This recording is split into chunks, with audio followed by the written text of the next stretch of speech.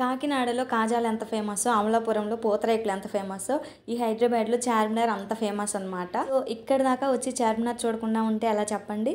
So వచ్చి 1.5 month అయినా సరే అస్సలు కుదరలేదు రావడానికి. ఇప్పుడైతే కుదిరిందనమాట. సో చార్మినార్ దగ్గరికి ఫైనల్గా అయితే వచ్చేసాము.